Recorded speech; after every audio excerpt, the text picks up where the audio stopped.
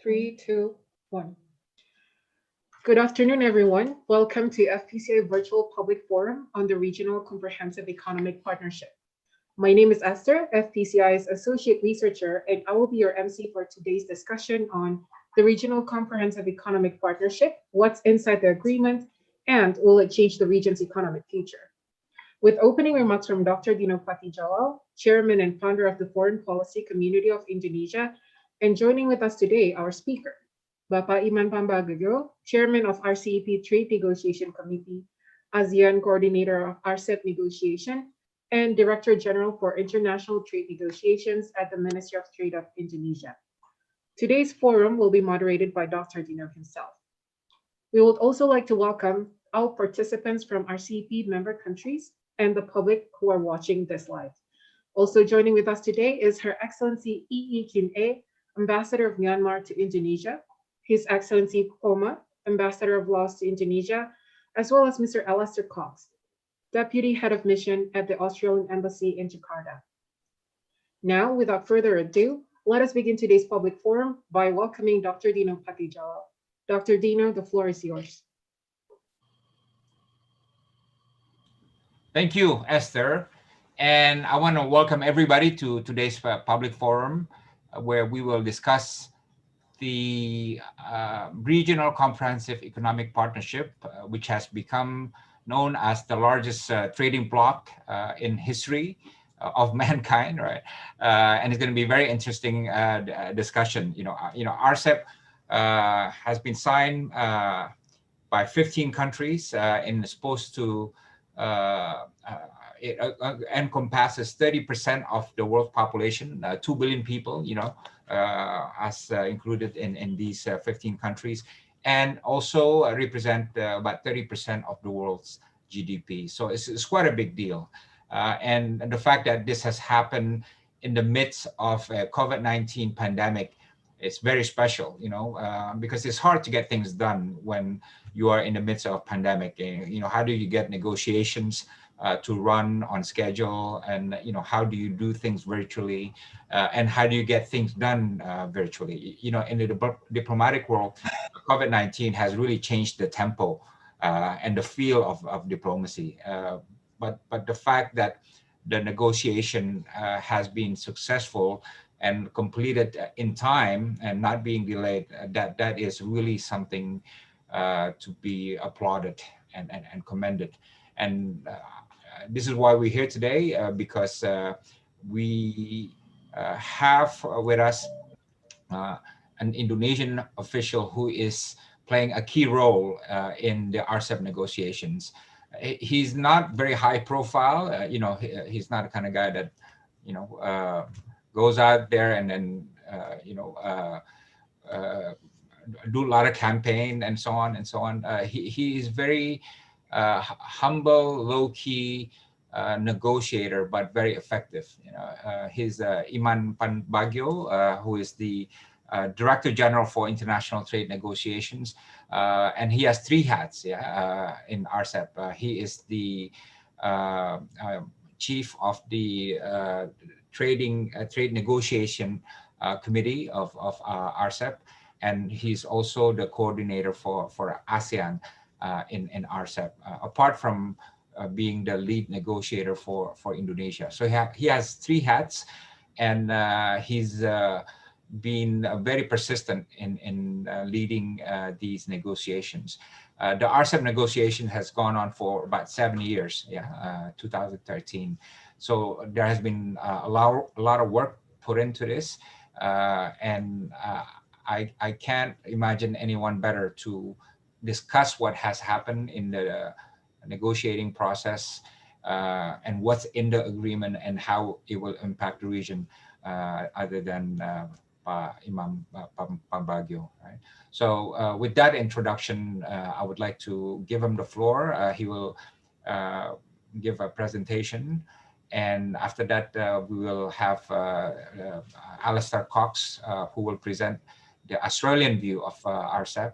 He's from the DCM from the Australian Embassy, and after that we will open the questions to the audience, but feel free to put in write in your questions at any time.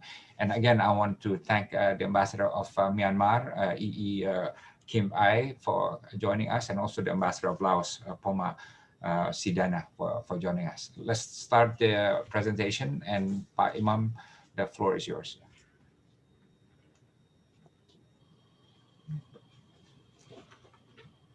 All right. Thank you, Pa Dino Patijala, my great friends. Excellencies, Ambassador of Laos, PDR, Ambassador of Myanmar, Mr. Alastair from the Australian Embassy, colleagues, it is really a great honor for me to be invited to speak in this forum. Pak Dino puts rather quite a challenging question to me. What is it in the agreement, and whether or not this agreement will affect the future of the region in terms of economic landscapes. So for that, I prepared a PowerPoint presentation. It is not that long presentation, only about 14 slides, and it will try to respond to the many questions that you may have. But of course, I'll try to do my best to speed up the presentation so we will have ample time for us to discuss the matter. So with that, I would like to share the presentation now. Okay.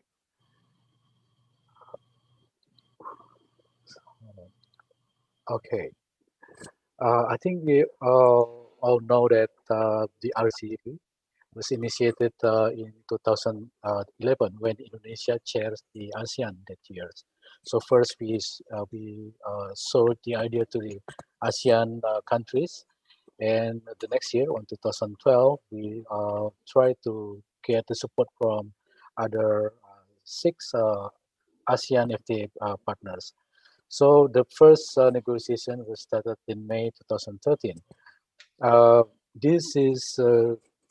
This can be considered as the ASEAN response to competing proposal around that years. First, toward the ASEAN Plus 3 FTA is proposed by China, and comprehensive economic partnership in East Asia is proposed by Japan. So other than being put in the choosing mood, ASEAN decided to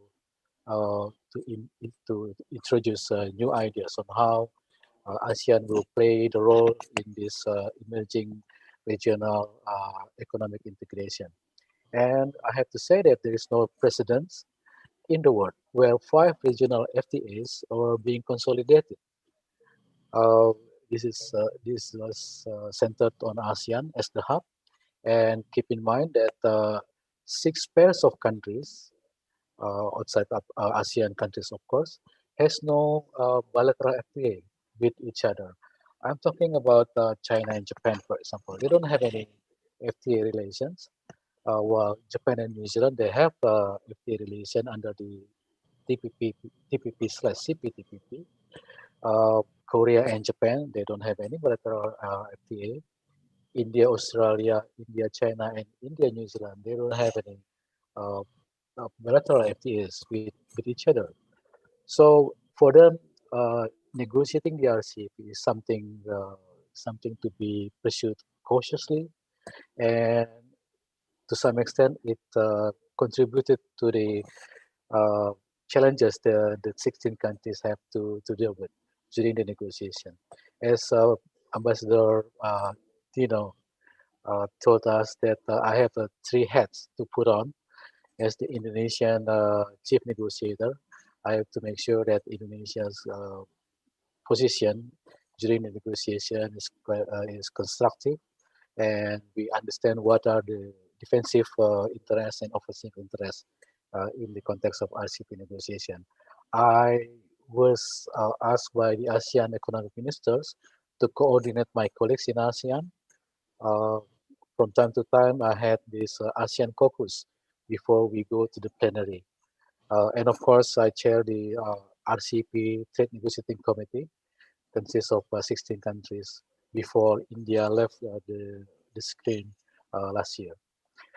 First round of negotiation, I should say that I had more questions than answered. I was asked a lot of questions. How about this? How about that? But simply put, I didn't have any clear answer what to do. And what really need to be considered as we started the negotiation in 2013 is that we have so diverse economies participating in this negotiation, from the most advanced economies in the region, emerging economies in the region, developing countries, and least developed countries. I recall, I think it was 2015 or if not 2014, early 2014, I believe. I was invited to Lao PDR by Minister of Commerce to explain what is the RCEP, how the LDCs such as Lao PDR could benefit from this RCEP.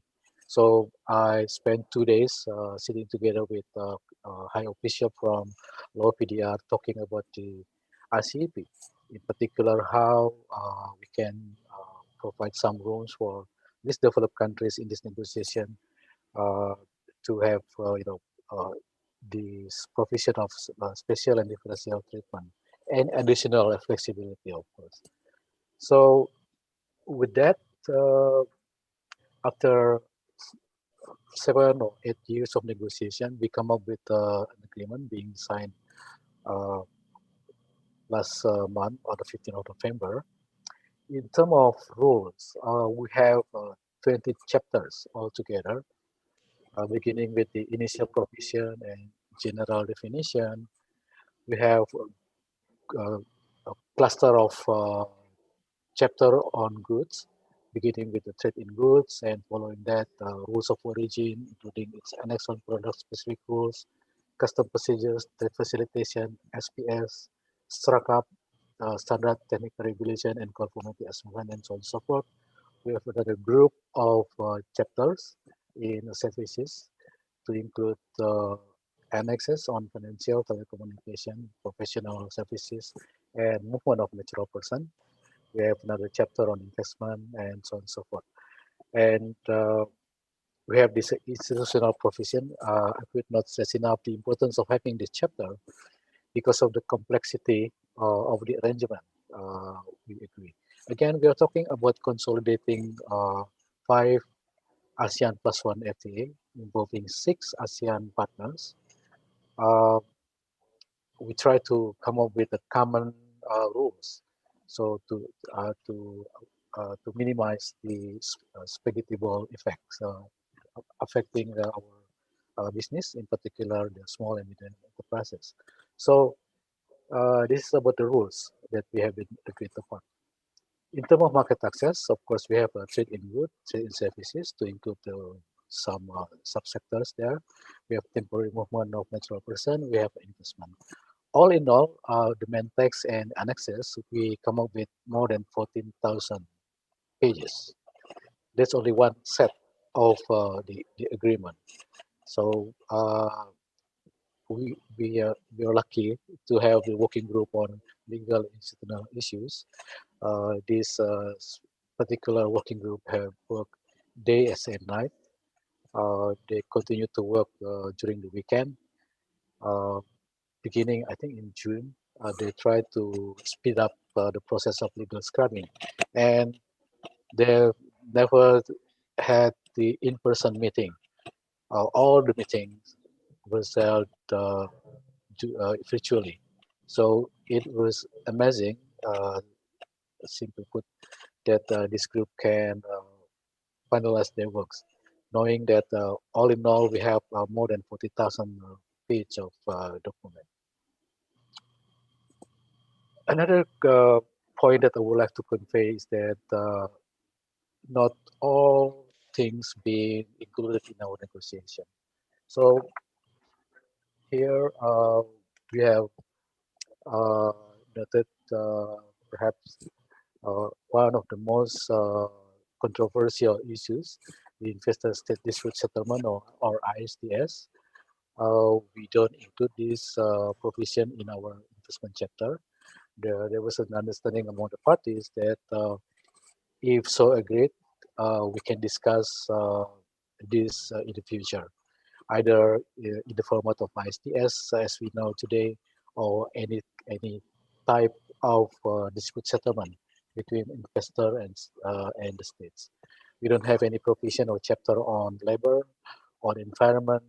We don't have patent term restoration in the IPR chapters. We do have government procurement chapters, but there is no, at this point in time, we don't have a market access of government procurement.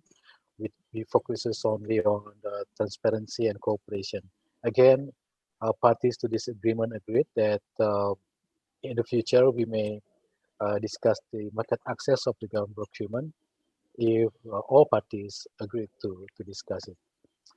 We don't have custom duties in e-commerce and some others such as data localization and so on and so forth. We agreed that we should wait progress development in WTO because it is quite sensitive to some of us. Some of the parties, in particular in ASEAN, don't have a complete set of e-commerce policies and regulations. So I think what we're trying to establish here is the principle of simultaneous start, differentiated timetable. So to make sure that everybody is on board in our effort to integrate our economies. Now, another interesting feature of the RCEP is that in terms of uh, tariff elimination category, you can see on the screen here that the average total tariff of elimination category under the RCEP is 91%, compared to, for example, let's say under the ASEAN, Australia, New Zealand. The average percentage of tariff under the elimination category is 96%, while with ASEAN, China, FTA, we have 94%. ASEAN, India, we have 80%. ASEAN, Japan, EPA, we have 93%. And similarly, ASEAN, Korea, FTA. But under the RCEP, we only have 91%. Simply because we're trying to consolidate the tariff commitment, but we are mindful of the fact that different parties will have a different sensitivities to different partners. Indonesia takes as an example. Perhaps for Indonesia, it is easy. It is okay to just open uh, tariff on, let's say, beef or steel products or any other products, but it may be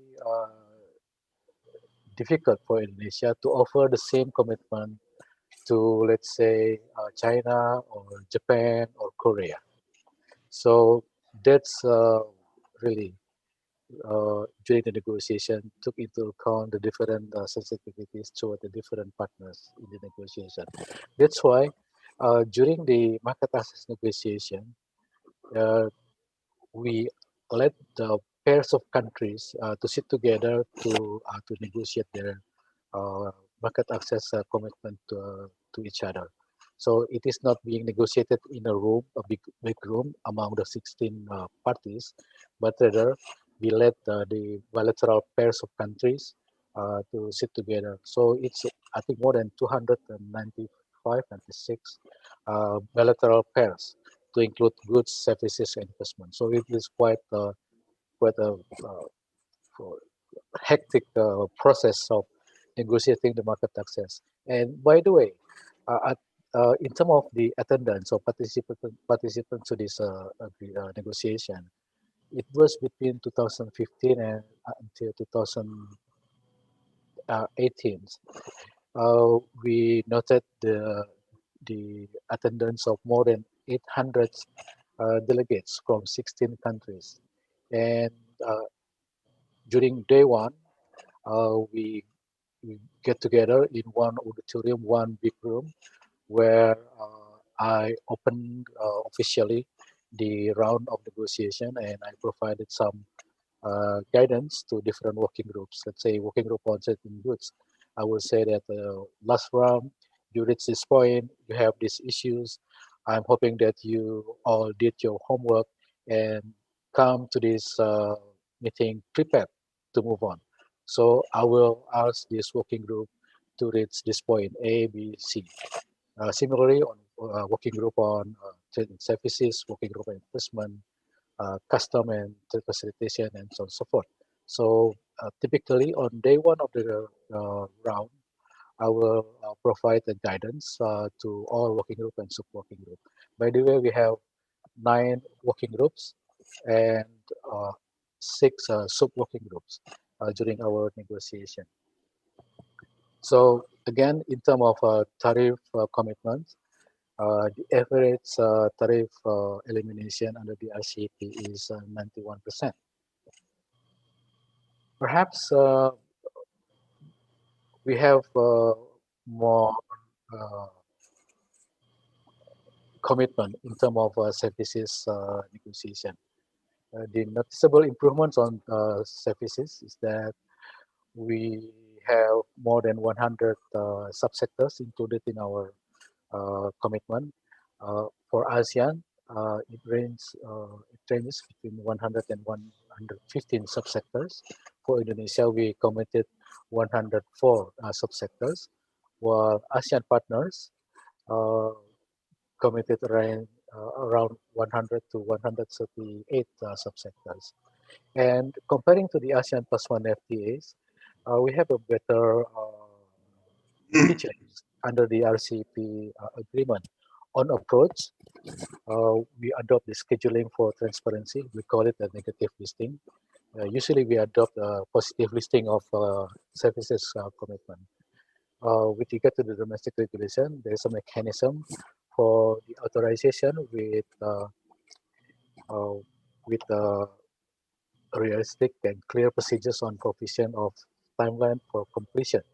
So there is some discipline agreed among the parties that we have to be reasonable in terms of regulating the services and in terms of fees, in terms of timeline for the completion of any approval, the approval of our license.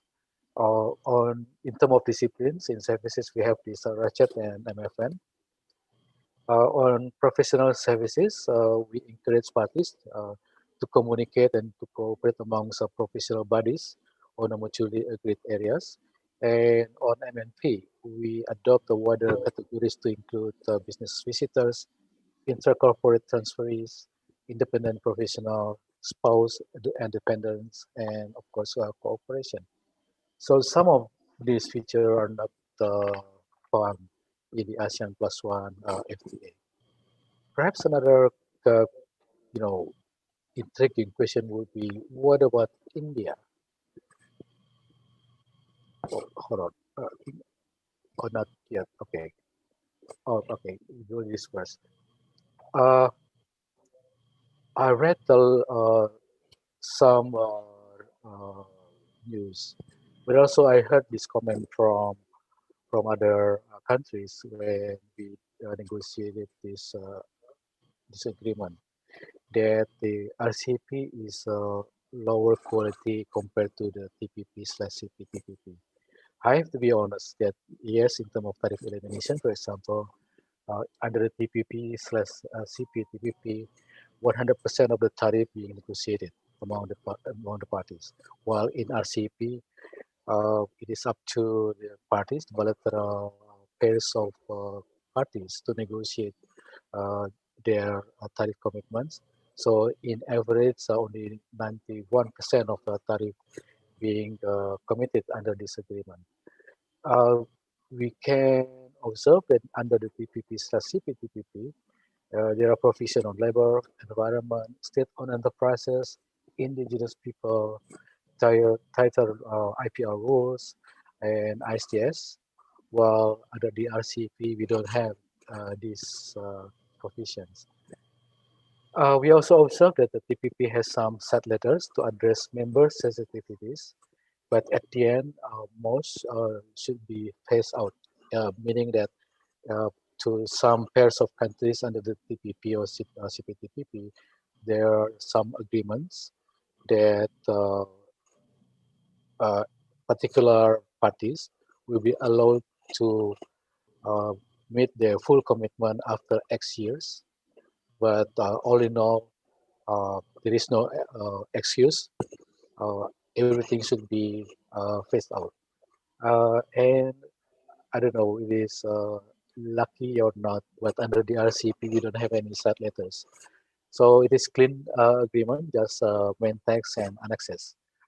Uh, just one day after the signing of the agreement, I read this uh, comment from Peter Petrie and Michael Plummer.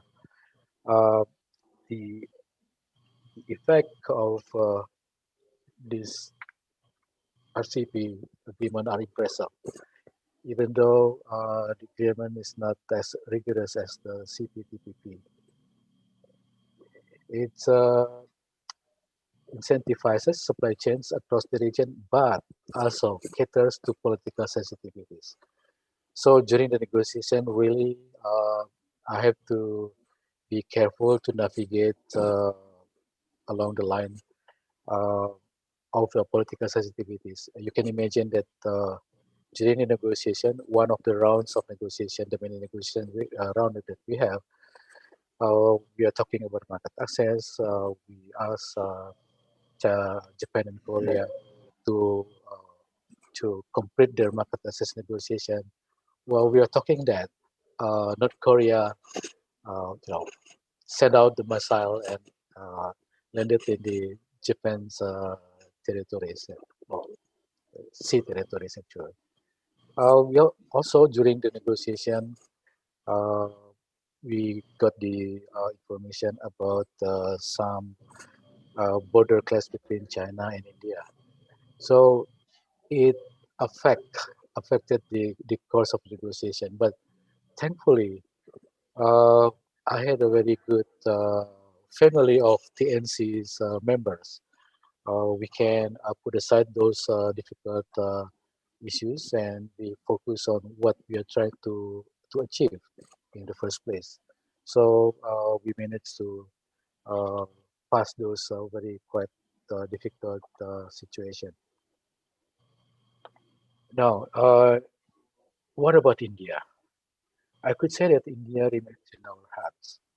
Uh, the ministers and endorsed by the RCEP ministers last month, we agree that RCEP is open to India. India may submit a request to rejoin after we sign the agreement. So anytime now, India can submit the request for India to rejoin the RCEP. Uh, Once India submit the request, then the negotiation may commence anytime. But of course, we need to agree first on the terms and conditions how India will re-enter the negotiation table. When uh, concluded, India may officially join the pact anytime after the entry into force without waiting for 18 months after the entry into force as applied to non-original negotiating parties. So India will have this privilege to join the RCEP after the entry into force of the agreement without waiting for 18 months, which will apply to non-original negotiating parties. But in the meantime, India may participate in the RCEP meetings and in economic cooperation activities under the RCEP with terms and conditions to be agreed upon by the 16 countries here. Now, without India, what is the status of this RCEP agreement? If we compare the existing FTA now, from ASEAN, RCEP, RCEP minus India, TPP, TPP minus US, NAFTA, EU 28, EU minus UK, Mercosur, you have all the figures here on the screen. So this based on the 2018 data in terms of GDP and percentage of world GDP, trade in terms of value and percentage of world trade, FDI inflow in terms of values and percentage of world FDI, and of course population. So in almost all accounts, RCEP can be considered as a mega regional FTA, the largest FTA on the planet. So I think the size of this agreement has the impact on the region and in the world. Now, I try to answer the second question, the last question from Pak Dino. What will be the impact of this agreement in the future of regional economic landscape? But before answering that question, perhaps I would like to bring you to some notes that I managed to gather. The world has witnessed massive changes in ways countries and business engage, economically speaking. So we understand that there has been constant disruptions put by the Industry 4.0. Actually, now we are people talking about Industry 5.0. There was cloud computing, artificial intelligence, Internet of Things, robotics, all created disruption in our economy. But in parallel, we also witnessed the declining confidence in WTO and the multilateral trading system because of the failure of the members of WTO to conclude the Doha round of negotiation. Then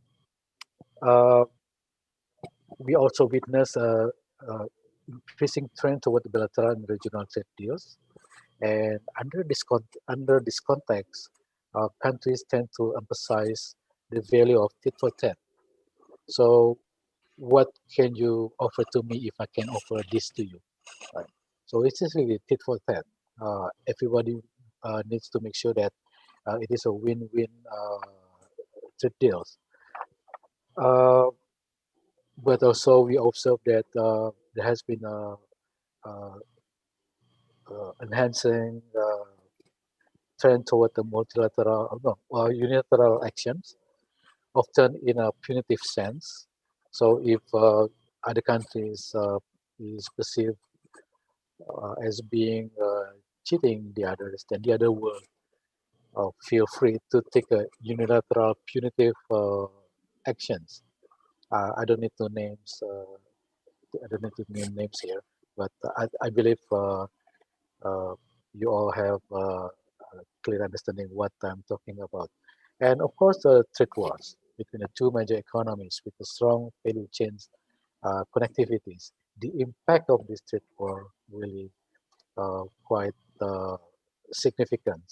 Countries with a strong forward linkage with either one or both US and China adversely affected by this situation, creating a domino effect around the globe. And this leads to the emergence of the policy of regulatory neighbor policies, an economic policy to remedy economic problems in a country in a way that worsens the economic problems in our countries. So it's like a racing to the bottom, what we have been seeing. And then comes the COVID-19. The RCEP was signed in the midst of the COVID-19. And based on the literature that I could study, there has been a three global shifts accelerated by the spread of the COVID-19. First, an accelerated shift from market to states, meaning that we witnessed more government intervention, which may further restrict markets. Secondly, there has been a stronger national unilateralism, government acting on their own to upset or to remedy the COVID impact often against each other at the expense of global cooperations. The third one is a more contested and unstable geopolitics. Perhaps it centers on US-China rivalry, but increasingly we also see the competition between the US and EU, US, Russia, and other countries.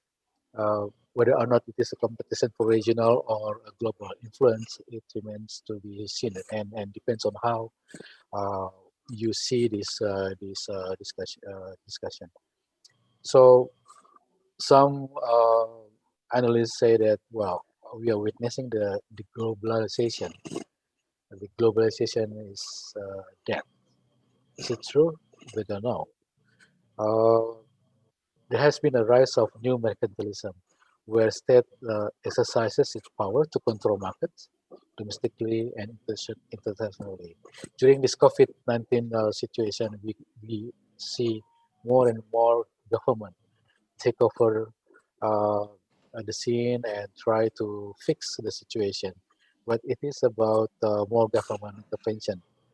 Uh, so, in one of his writing, Professor Mahbubani said that uh, government is the solution, not the problem, for a weary and worried post-pandemic world.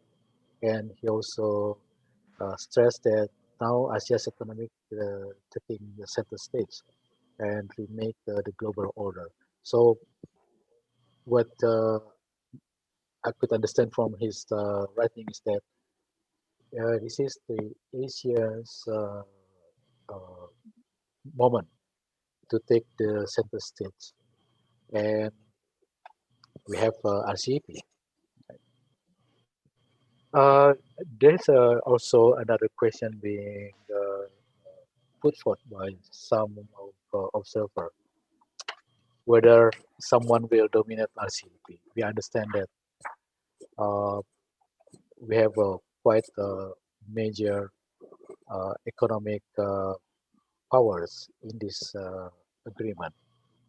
But based on the uh, study by Stephen Olson, Rezen Sally, Maria Coronado, and Gayati Basin Dark, we have they have this observation tilting towards security over efficiency. Security of supply like food, medicine, electronic parts, and components, etc. If necessary, countries or companies would like to produce them at home.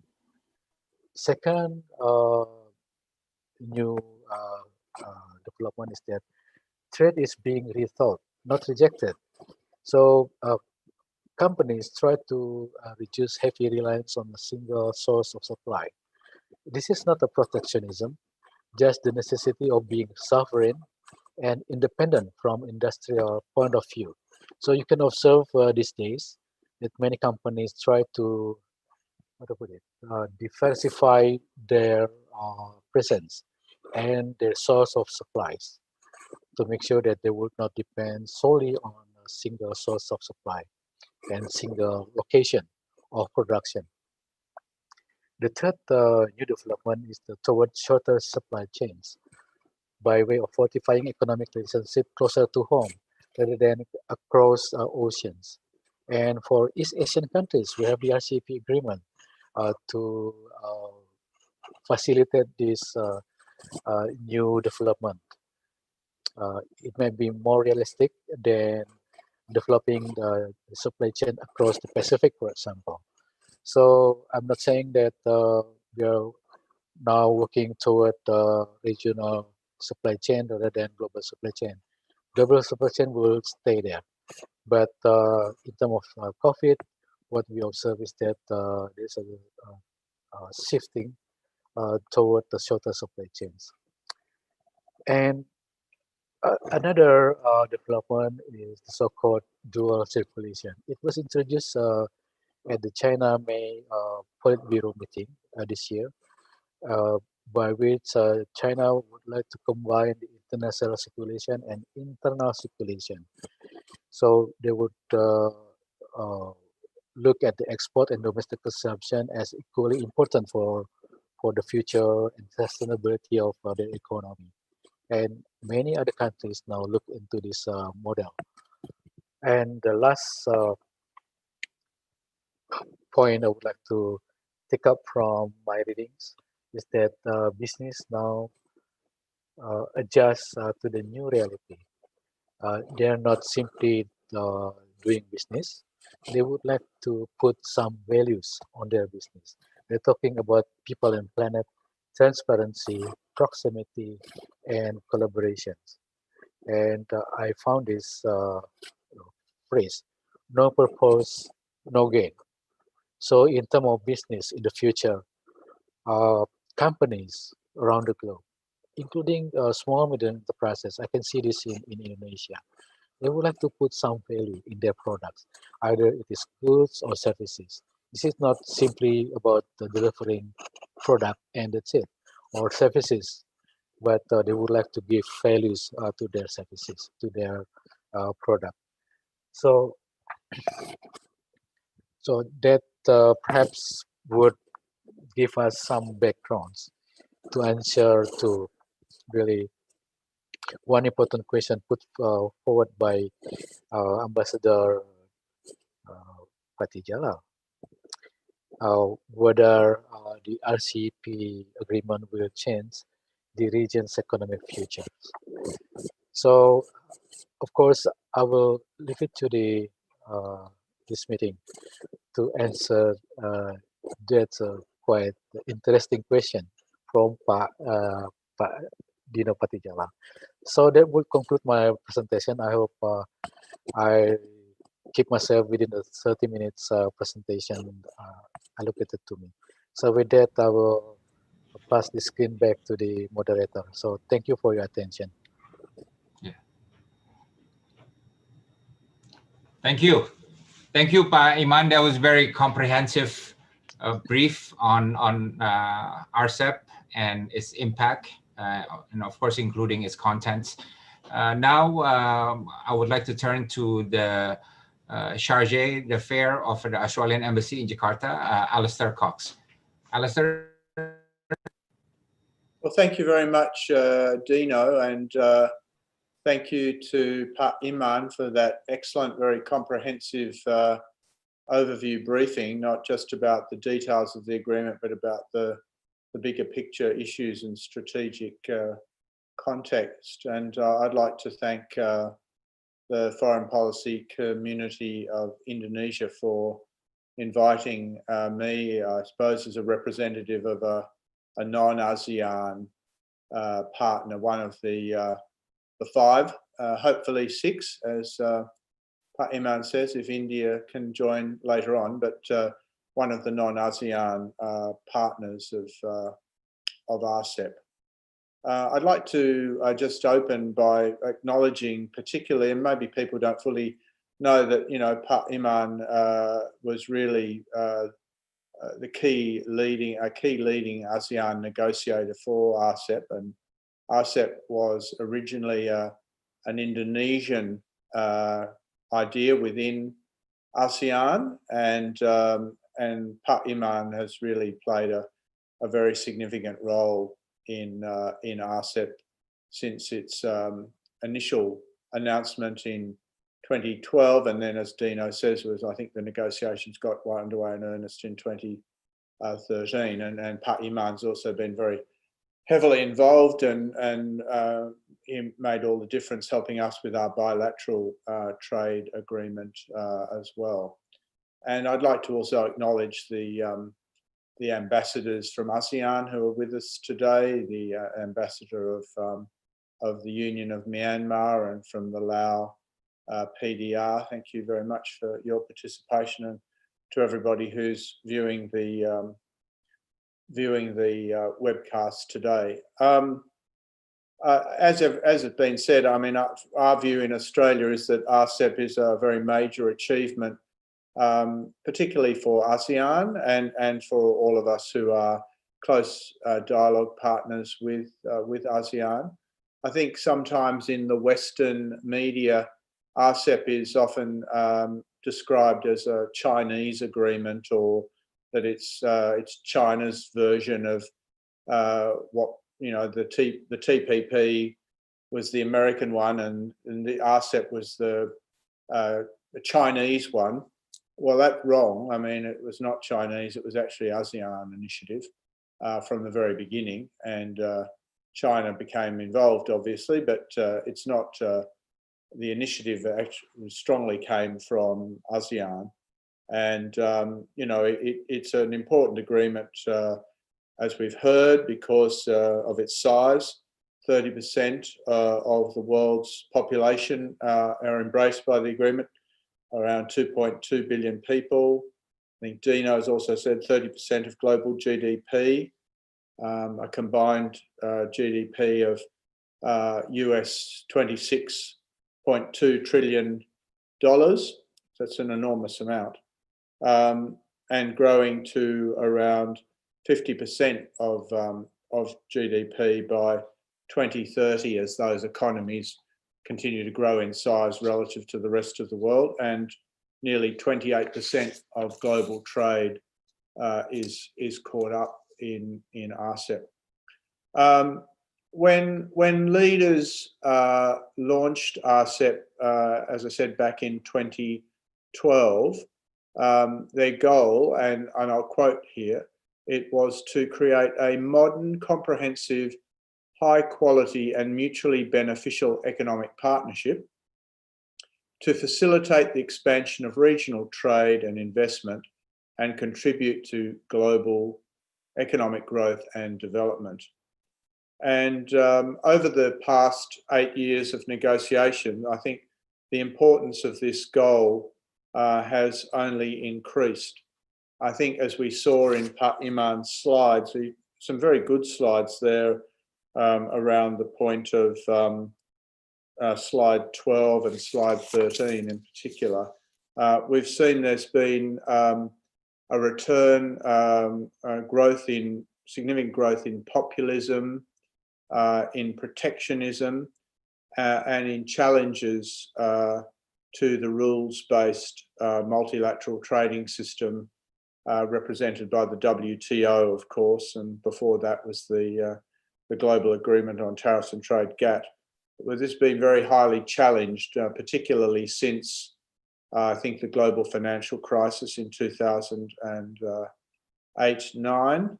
And on top of that, we've seen now the global pandemic, the impacts of COVID-19, significant disruptions to global trade, contracting economic growth in many, many countries, and increased unemployment and increasing levels of poverty. So all of these things, I think, are inclining countries more to look inwards and to become less engaged or less engaged with trade. And we have seen global trade as a percentage of global GDP actually decrease over the last decade after the global financial crisis. And I think the danger of COVID is that will make that worse.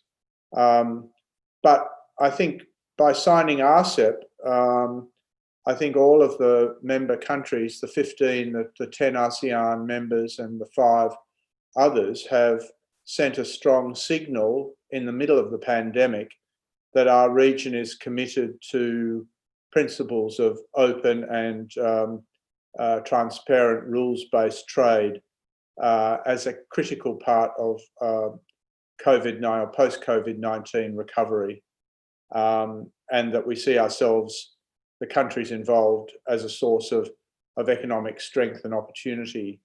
You know, from Australia's point of view, we're very determined to preserve the rules-based trading order. I think for small countries like Australia, or relatively small, middle income, upper income, but middle-sized economies like Australia, rules-based approaches are critical. A world where the big sort of squeeze the strong just because they can squeeze them according to what, their power, which is what we've, frankly been seeing coming out of the United States under the, the last, the administration that's just coming to an end now. It's all about, I'm bigger than you and I can do what I want. Or I'm going to, I'm the big guy in town. That doesn't suit Australia very well, and it doesn't suit many of the countries of our partners in ASEAN as well. We need rules. We need ways of doing things that are established so that small countries and big countries can work together according to established norms and procedures. We ourselves at the moment, just to be topical, I think you don't have to be a genius to see that we're ourselves getting under a lot of pressure from a certain big country as well. So, this sort of thing is, these kind of things are don't help countries like Australia. And so RCEP is very important, both in substance and signal, about the kind of world that a country like Australia wants to live in and work in. I mean, in our view, RCEP addresses the needs of all industries, whether those businesses produce goods or services or traditional or modern industries. For goods exporters, RCEP brings together a single set of rules and procedures for businesses to access the preferential tariff outcomes across the region, and it streamlines the considerable paperwork that's still involved in a lot of trade today. RCEP, by ensuring that products using inputs from other RCEP members can also qualify for preferential tariff rates, which strengthens regional value chains. As we know, everything these days is about value chains. The days when things were just mainly produced in this country or that country have gone. I mean, it's all the companies of the world are trading across and trading cross value chains. And there'll be greater opportunities in RCEP for service industry suppliers in RCEP economies, as well as enhanced transparency and predictability of domestic regulation affecting the trade in services, improving the business environment across the region. And Australia, the Australian economy is about 80% services now. And because of the size of services in our economy, trade in services is absolutely critical for us. In a first for ASEAN as well, RCEP contains provisions on e-commerce, enabling data, which is often the product of e-commerce, to flow across borders, while at the same time we are trying to protect privacy and consumer protection. So, I mean, when combined, all these outcomes will promote deeper connections among the RCEP partners and encourage collaboration in manufacturing, which will also see greater technical collaboration, and that will promote the value chains, the production chains, which are so critical in modern commerce. Importantly, RCEP will provide a platform also for ongoing dialogue and cooperation on a range of trade and economic issues. There'll be an RCEP ministers meeting annually and a joint committee to oversee its management. And that's the process whereby Iman mentioned, I suppose, that India can then apply to hopefully come back in. As part of the agreement, also just to mention that Australia will commit $46 million of funding to technical assistance to countries in mainly ASEAN countries to take full advantage of the agreement as well. Just one thing I thought I'd mention in closing, and that is that there's been quite a bit of media publicity about modeling that shows that China, Japan, and Korea will be the ones that gain most from RCEP. And the question is, why is that so? Given that, as I said, it's an ASEAN agreement. But the reason is that, first, these countries, China, Japan, and Korea, they account for about 80% of RCEP's GDP, given the size of, Japan's the second one, well, apart from the United States and China, Japan's the next largest economy in the world. So these are big economies, so that they gain from that. But also, with the exception of a fairly shallow trade agreement between China and Korea, the others don't have bilateral agreements between them. I think Iman mentioned this as well. And nor are they jointly members of other existing free trade areas. So unlike ASEAN or Australia, which has many, many different trade agreements bilaterally and multilaterally, the North Asian countries have much less. So they will gain more because of that.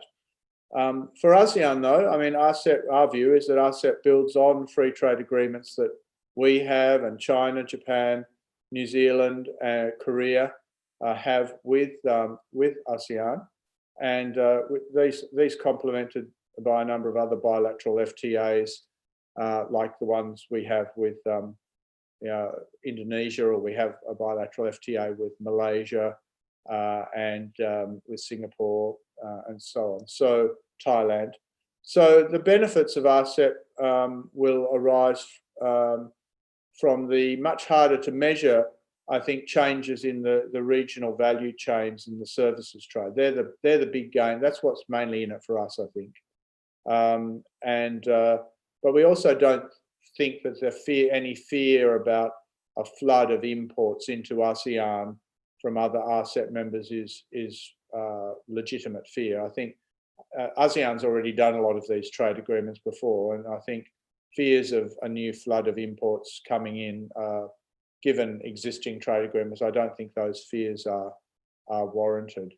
So there's some comments from me. I've been very pleased to participate in today's discussion, and I hope that RCEP is a great success. And thanks again to the foreign policy community of Indonesia for the invitation. Thank you. Thank you, Alistair. And by the way, congratulations on your batik. Really nice batik that you're wearing.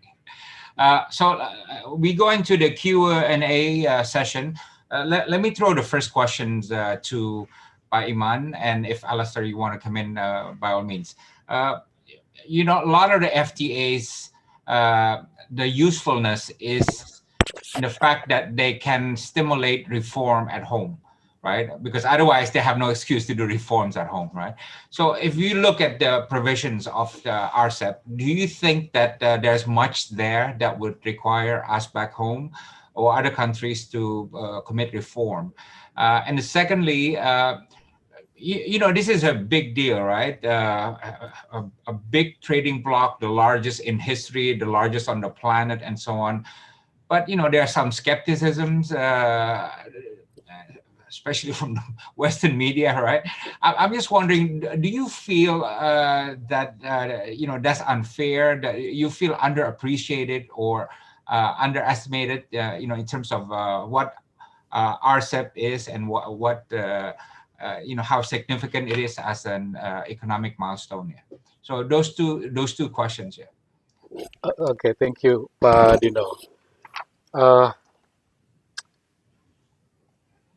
I'm a strong believer of open trade, open and fair trade. And during my work at the ministry since I think 1998, when I first handling trade negotiation, what I had in mind is to bring all those international best practices that we found during the negotiation to Jakarta, to our own economy. So I'm hoping this RCEP agreement is another bell for or alarm for Indonesia to do the reform, because we can benefit from this agreement. I think all the parties in this negotiation, in this agreement, would have the same task, how to benefit from this agreement. And to me, if you like to benefit from this agreement, you have to do some homework. There are some disciplines being agreed upon by parties as the basis for us to do the business into the future, not only in terms of trading, but also in terms of investment and cooperation. We include the chapter on small and medium enterprises. So again, responding to your first question, Padino, RCEP should ring the bell for us and for all members of the RCEP's agreement to do some adjustment back home. It is important for us to make adjustment because the world around us also continue to change over time. The second question about the skepticism. Western media reporting that this is not that important, whether it is unfair treatment of our work among the 15 or 16 parties here. I think it depends to us. Respect is something to be earned. So it is important for the 15 countries, hopefully India will join later on, very soon, that it is up to the 15 countries to prove to ourselves and to the world. We are working to implement the RCEP agreement faithfully and to benefit from this agreement. So I'm fine with regard to the media coverage in the West saying perhaps just downgrade somehow the value of the RCEP. I think it is up to us how we can prove the other way around. Okay, Alistair, you want to comment on that? No, except to say that I think it's really up to the leaders in the different countries to now use the agreement to work with local interests, business leaders, trades unions, other business and local interests to encourage them to continue to liberalise, to engage more effectively in the global supply and the global and regional supply chains that this agreement sets up. So it's always about the political challenge and whether politicians, policymakers are determined enough to then use these frameworks which have been negotiated to then bring about domestic policy reforms to enable their economies more efficiently to participate in the economy to get the most out of them. So it's all about leadership. It's all about about politicians then doing the domestic stuff. And unfortunately, that's been difficult, the last decade, and not just in one country, but in many countries. I mean, I must say I am concerned about some of what we see happening in India. I think there's been, not only have they pulled out of RCEP, but the Indian, we've seen a lot of Indian politicians talking about self-reliance and going back to a lot of the ideas that were around from the Nehru, sort of self-reliance era as a solution to India's, problems. So, that's not a good sign. And I think, this is the issue. Leaders, politicians need to promote growth through integration, and bringing people from evidence need to show how these agreements and reforms can really help economies grow and people to benefit. And for many politicians, unfortunately, that seems they don't seem to understand that. But I think that's a big challenge. Okay, let me read 3 questions. One is from Tamara, Binus University. She asks on ratification, how long do you think that this will take? for the countries is there a timetable for the countries to ratify the agreement? From Sri Lanka Embassy, the question is, will RCEP benefit Indonesia's trade, especially textile? And then Calvin from University of Pelita Harapan asks, do countries that are member of RCEP but also member of the CPTPP, are they going to be more competitively advantaged than the non-CPTPP countries in RCEP? So countries that have two memberships in RCEP and CPP, will they be necessarily doing a lot better than the others? Yeah. So those three questions. Okay, thank you. From Tamara, it is about the ratification. We have the law requiring the government to bring any signed agreement to the parliament to be decided whether it will be ratified through laws going through the parliamentary process, or it could be ratified by the president by publishing this government or the presidential decrees to ratify the agreement. So we are in the process of completing our translation of the agreement into Indonesian. I think we've managed to complete about 40-45% of the translations, and we have to submit this to the parliament within 90 days after the signing of the agreement. Now, it would depend on the process there in the parliaments, but due to the not because of the commitment we had under the RCEP, but rather the perceived threat of the RCEP among the populace will perhaps pose a great challenge for the government to go through the ratification process. But I would expect that within 1.5 years after the submission of this agreement to the parliament, we can ratify this agreement. I'm looking at the ratification by the adoption of a law for us rather than a presidential decree. So, but 1.5 years, this agreement can be ratified. But it is very much depend on how we can convince, of course, the parliaments and the stakeholders, the civil society, and others.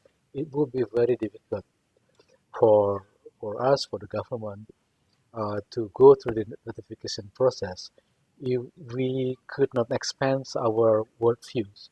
Just thinking about Indonesia is a big market. We are okay without anyone around. I don't think it is time for us to continue that kind of thinking. No countries in the world would be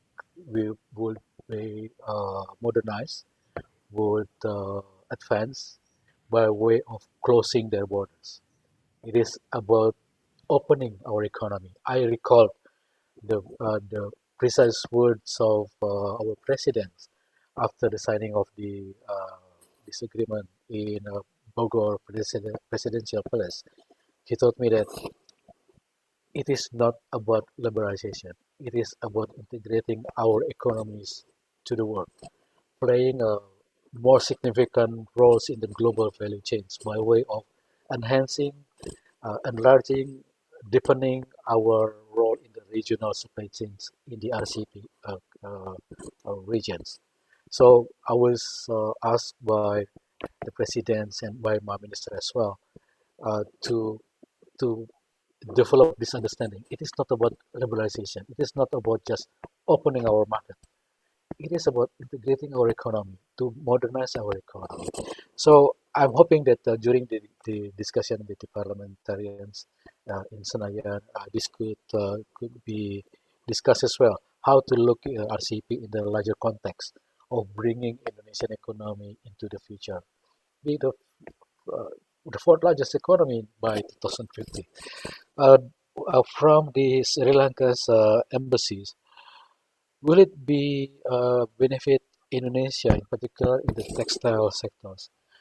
I think what I've been trying to convey to my colleagues in government as well as business like colleagues from Kadin, Apindo and others to look into this RCEP in its totality. If you look at just one sector, forgetting the others, then I believe we can miss the point of having this huge and comprehensive agreement. In terms of the textile, yes, we'll do our best. But the key for us, for Indonesia, to benefit from this agreement, as also from others agreements, including bilateral with Australia, bilateral with Japan, and others, is continuously improving our competitiveness. It is uh, a never-ending process of improving our competitiveness because other countries also do the same. So we have a lot of homework to do, and I could say that even with or without the FTA or being parties to any trade deals, those homework needs to be completed. Otherwise, we will continue to have the issue of uh, competitiveness. Whether countries who are both member of RCEP and CPTPP will uh, be more competitive, be more beneficial.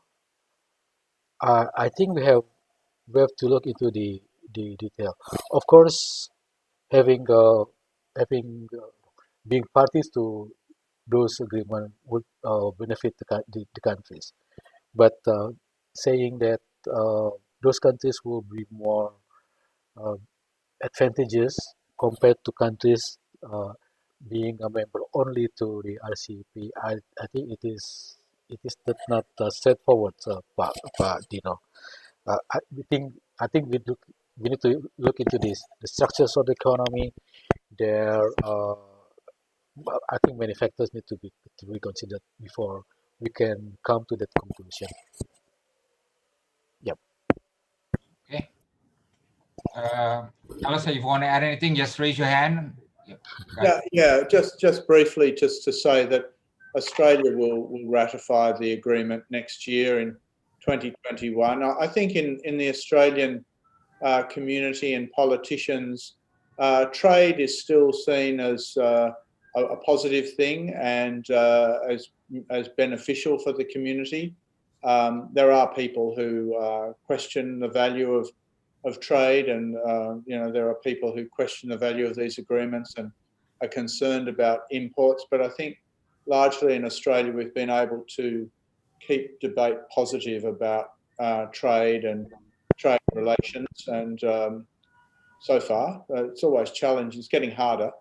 And as a country that's a member of both CPTPP and now RCEP, I think there are probably some minor advantages of being a member of both. There are also challenges, of course. Belonging to a whole lot of different trade agreements does create some problems of arbitraging between different sets of trade rules and different bilateral and multilateral agreements. But I think, and the economic gains, if you did a detailed economic analysis, I think you'd find the gains from belonging to, both are probably there, but they're probably fairly minor. I think that belonging to one or the other, and particularly given RCEP's size, given the involvement of China in RCEP, I think it's probably debatable, but I think it's certainly advantageous to be involved in both and supporting the space system. Thanks.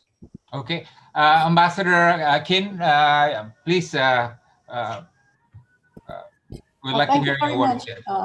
Thank you, Ambassador. I would first like to thank you, Dr. Dino, and the two speakers, Park Iman and Mr. Shajib, Mr. Alistair Cox, for their very comprehensive presentations and discussions. I agree that when you say regarding this RCEP, people welcome it as a very comprehensive and inclusive economic partnership. But at the same time, people have many thoughts because especially for Myanmar, because this RCEP is a very wide and comprehensive regional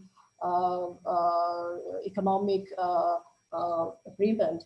And it is very true that we, as members of RCEP, we all have to make a lot of efforts to take part in the agreement. That as for Myanmar, it's a lot of work have to be done to really play a part in the economic this RCEP, to build human and institutional capacities in both public and private sectors, to incorporate relevant international standards and manufacturing capacities and all that. Right now, the most important thing is for us to overcome the pandemic. That is the most important thing. And only if we could, overcome this pandemic, then I think it will be, for Myanmar, it will be, we will be in a better position to take part in the RCEP.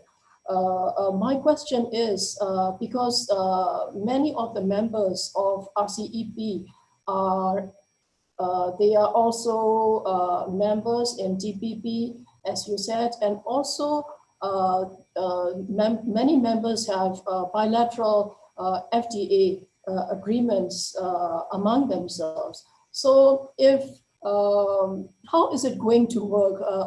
With all these agreements, because they are looks like they are overlapping each other, bilateral FTAs, TPP, and also this RCEP. I would like to know I would like to hear from you. Thank you very much. Iman, go ahead, please. Thank you. Thank you, Ambassador Kin. Simply put, every trade agreement has its own rules and requirements. So, of course, Indonesia has this bilateral FTA with Australia. We can increase our bilateral trade. So, in terms of goods, for example, so long as our goods can meet the originating status under the bilateral agreement between Indonesia and Australia. But when we talk about ASEAN plus one FTA, now we talk about the RCEP, it is about allowing countries in these agreements to engage in a more, I think, in a deeper and wider networks of production, not only in terms of goods but also services. So if you have input from, let's say, low PDR, Myanmar process these inputs and send the intermediate product to, let's say, Malaysia, and Malaysia do some more manufacturing and send these semi-final products to Philippines to be processed further into final products. That's the change of network that we are talking under the RCEP. So this is quite different from the bilateral FTAs. It is quite different from the ASEAN plus one FTA, because under the RCEP we can cumulate the originating status of the goods among the 15 countries here. And I think I need to mention as well the potential of spillover impact of RCEP that could be beneficial to RCEP countries. I'm talking about members of RCEP who also have uh, other trade agreement with non-RCEP countries.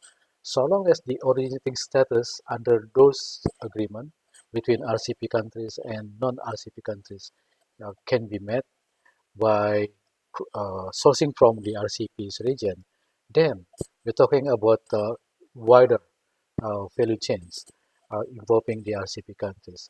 That's why we are talking about RCEP as deepening and widening the regional supply chain toward deeper engagement in the global value chains.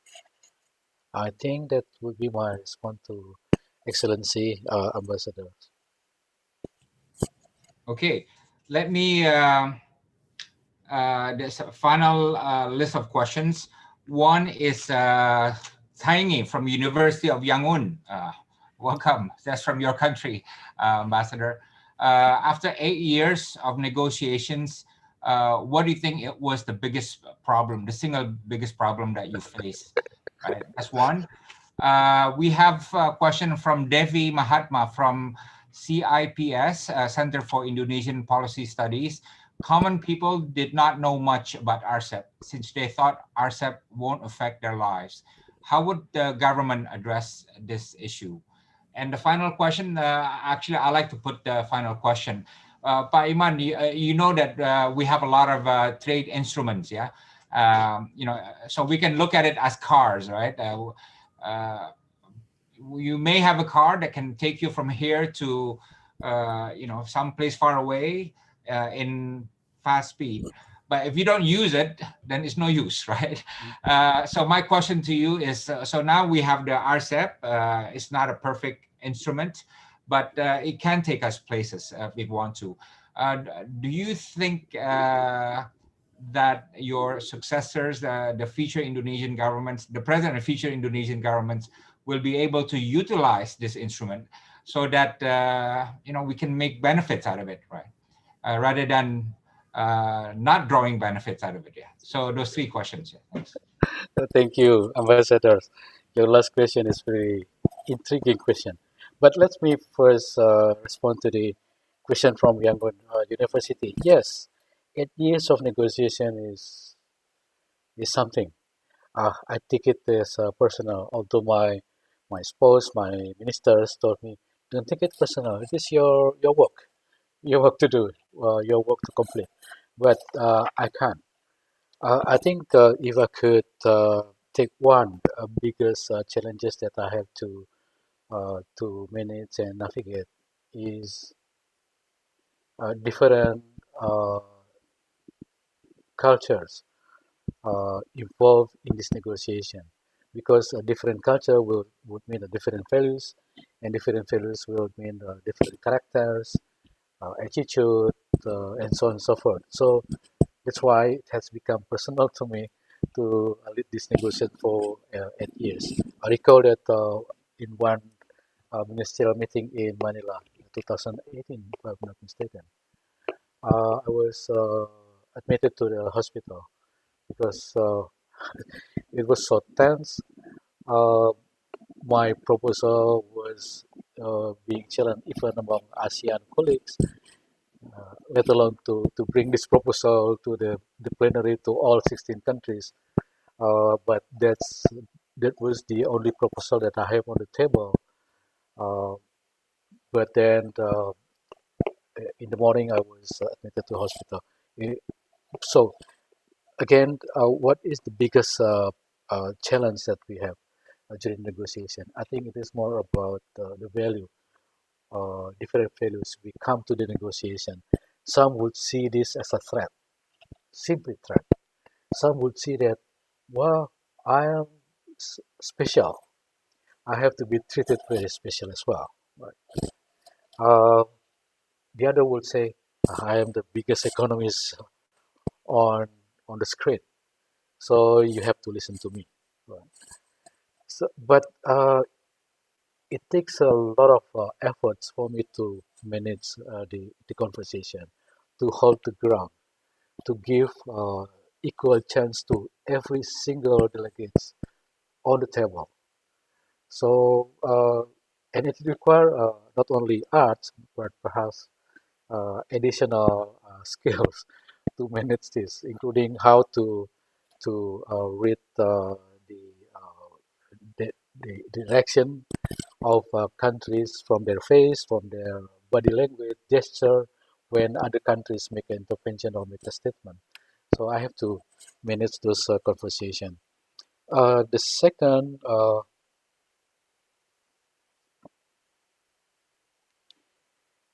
issue of personal impacts. Uh, uh, sorry, Pak Dino, could you repeat the second question from your? The second question was common people didn't know much about RCEP because they think the RCEP will not affect their lives. Is this true? And how would the government address this issue?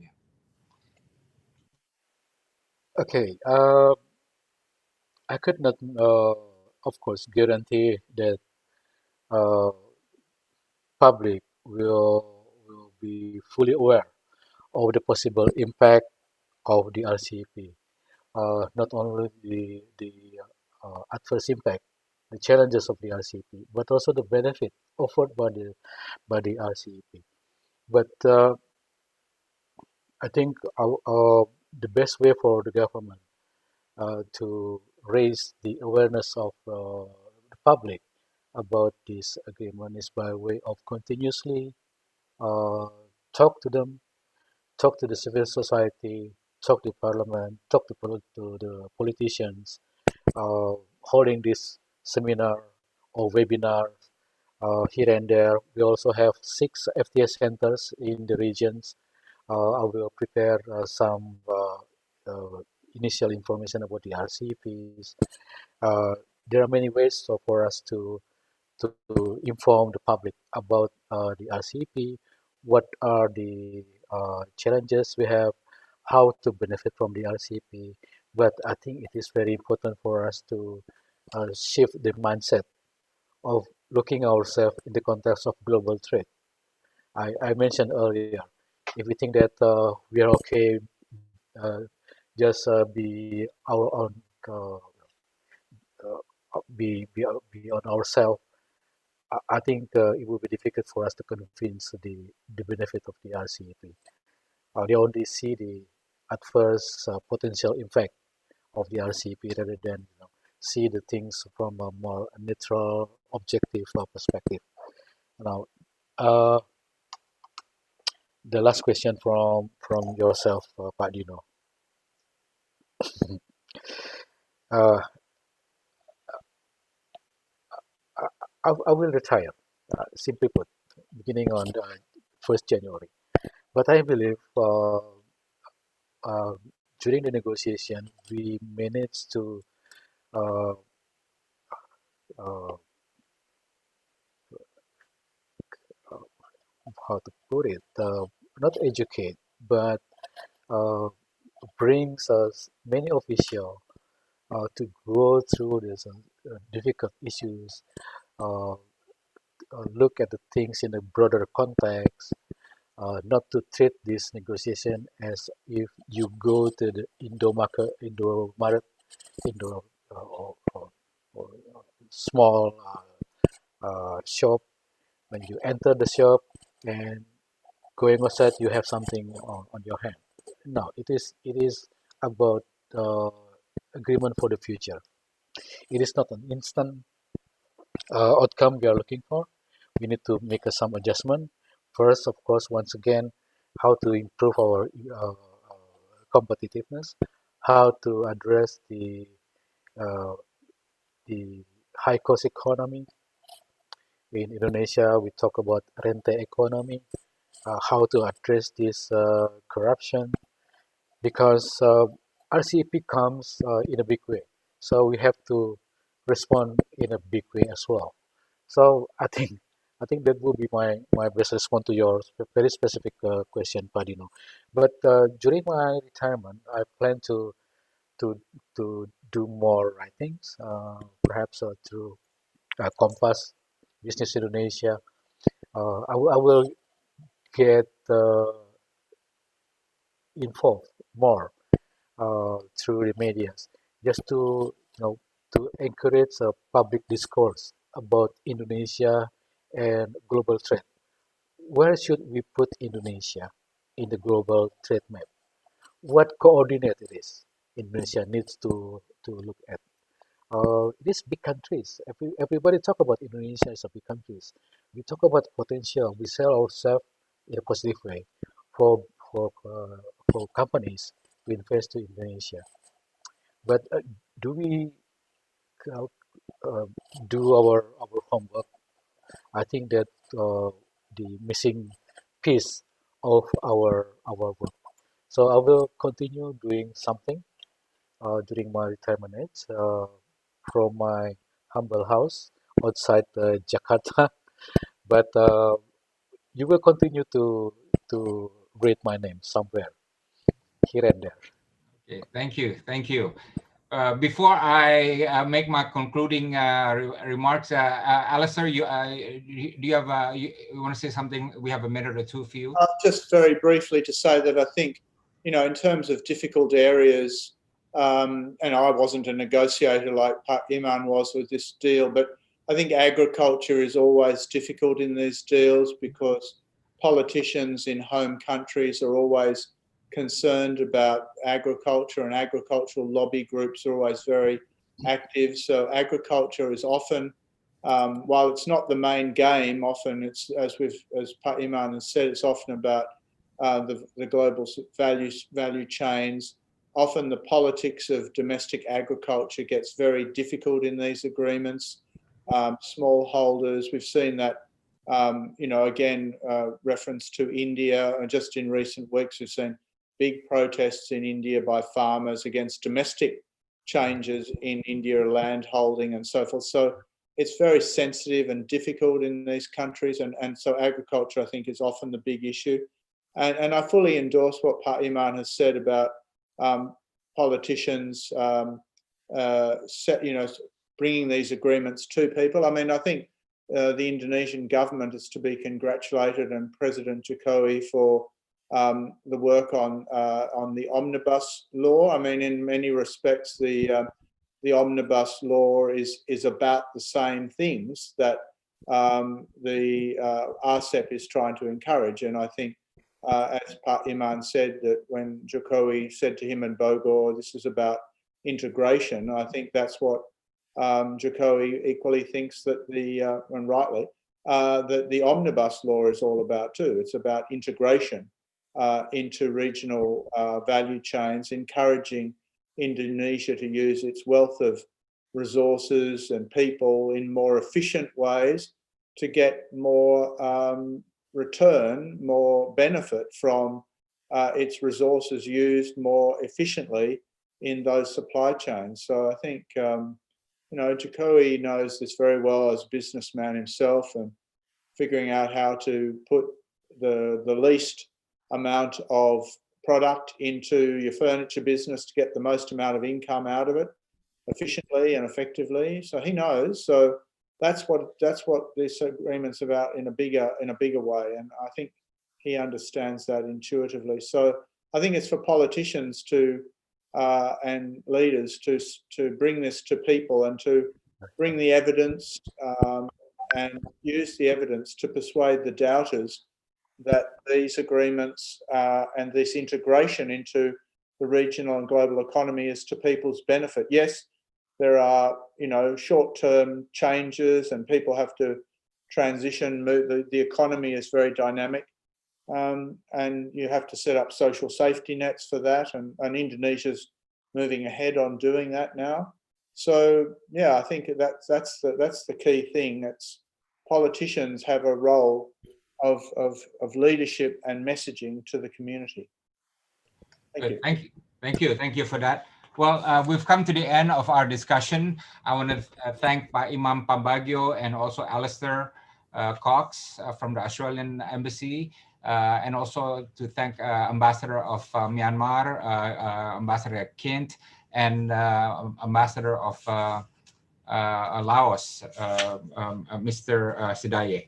Yeah, Mr. Poma Sudena. Yeah, but because this is probably one of your last appearance, Pak Iman, as a government official, I want to say that I'm welcoming you from the other side, right?